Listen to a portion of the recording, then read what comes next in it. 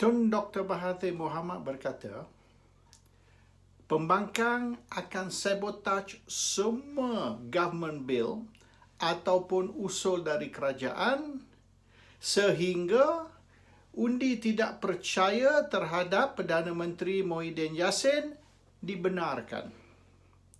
Selagi undi tidak percaya terhadap Muhyiddin tidak dibenarkan, maka tiap-tiap usul ataupun bil dari kerajaan akan disekat dan disabotage. Ini bermakna bajet untuk tahun depan, bajet 2021 tidak boleh dilulus. Maka pada bulan Januari, the government will grind to a halt. Kerajaan akan tutup, close down the government.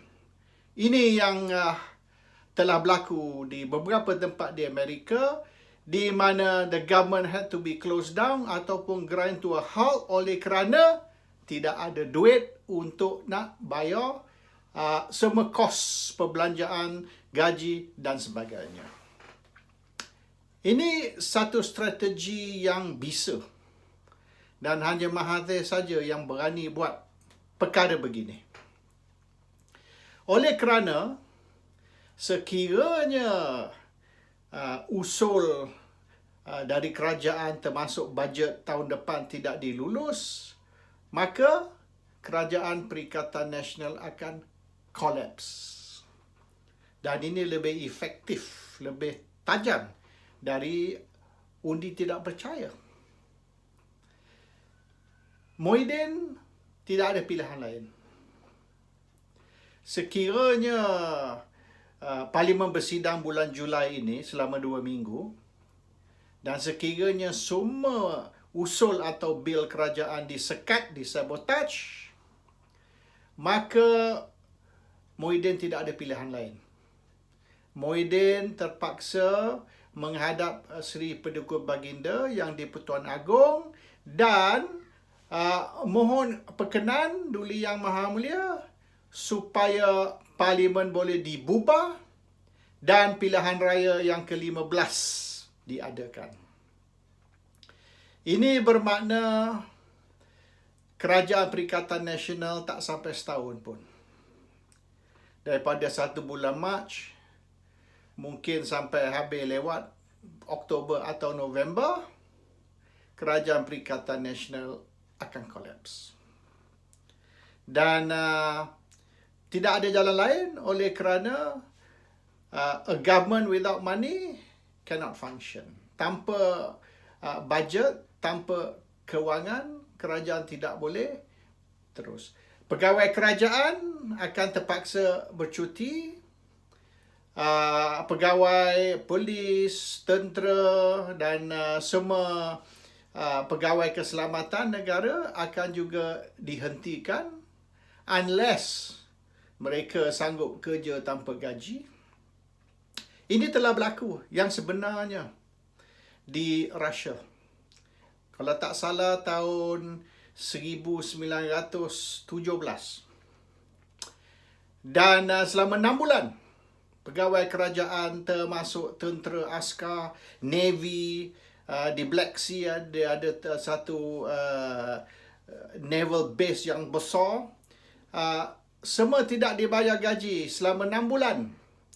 Dan selepas 6 bulan, orang semua tak tahan, maka revolusi, dia panggil Bolshevik Revolution, telah tercetus. Dan kerabat diraja Royal Family Rusia telah dibunuh. Dan semenjak hari itu, Rusia bertukar menjadi republik dari, boleh katakan, monarki yang terbesar dan yang terkuat di Eropah.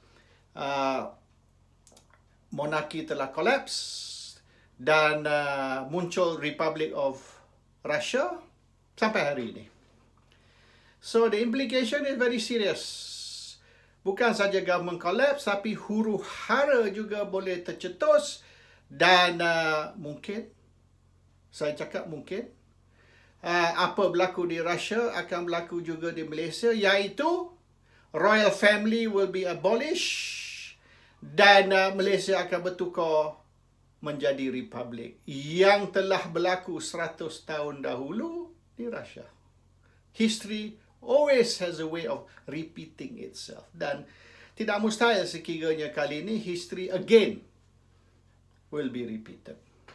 So, Mahathir bukan saja akan kolapskan kerajaan atau kerajaan Perikatan Nasional.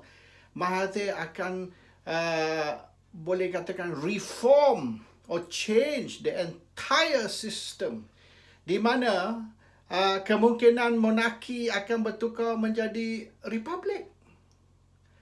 Because kalau selama beberapa bulan orang tidak dibayar gaji dan selepas boleh dianggap sebagai satu bencana COVID-19 ni, di mana rakyat Malaysia merana, lepas tu 1.6 juta pegawai kerajaan termasuk pegawai keselamatan, kalau kita kira dengan keluarga mereka, include family dan sebagainya, maknanya 8 juta kebanyakannya orang Melayu, kelaparan, kesusahan, menghadapi masalah kewangan, sudah tentu satu revolusi akan tercetus. Dan mungkin kalau orang marah, dua saja boleh berlaku. Ada ke berjuta-juta rakyat Malaysia ni, orang Melayu terutama sekali, yang merasa kesusahan? Adakah mereka akan marah kepada kerajaan dan akan tumbangkan Muhyiddin? Atau mereka akan marah kepada pembangkang dan akan berlaku yang berlaku di Indonesia beberapa tahun dulu, berapa puluh tahun dulu. Bila rakyat bangun dan mereka sudah tak tahan dan marah sangat, maka golongan yang cuba menjatuhkan kerajaan menjadi sasaran. Bukan kerajaan. Soekarno tidak menghadapi masalah. Kemudian ialah, tapi semasa itu bukan Soekarno. Golongan yang cuba menjatuhkan Soekarno menjadi mangsa. Dan kalau tak salah saya mengikut sejarah, tapi itu pun mungkin the real story was never told. Seramai 500,000 orang dibunuh. 500,000 people were massacred oleh rakyat yang marah dengan geng yang cuba nak menjatuhkan kerajaan. So it can go either way. Kerajaan boleh jatuh ataupun pembangkang pun boleh dihapuskan. Kita tak tahu sentimen rakyat. Kalau kita ambil contoh misalnya di Russia, yang membuat kecoh tu orang lain. Yang menyebabkan kerajaan tak ada duit tu is the Bolshevik. Tapi yang menjadi sasaran, yang menjadi target, yang dihukum ialah kerabat diraja. Yang sebenar tidak kena mengena dengan masalah menyekat kewangan kepada rakyat. So we have to be careful. Kita tak tahu cara mana rakyat akan react, dan kita mungkin it's like kita light a fire. Bila kita light a fire, kita harap sesuatu akan burn down, tapi if the fire out of control, we might get burned. So Mahathir has to be very careful. Anyway, kita tengok apa berlaku bulan Julai ini. Assalamualaikum warahmatullahi wabarakatuh.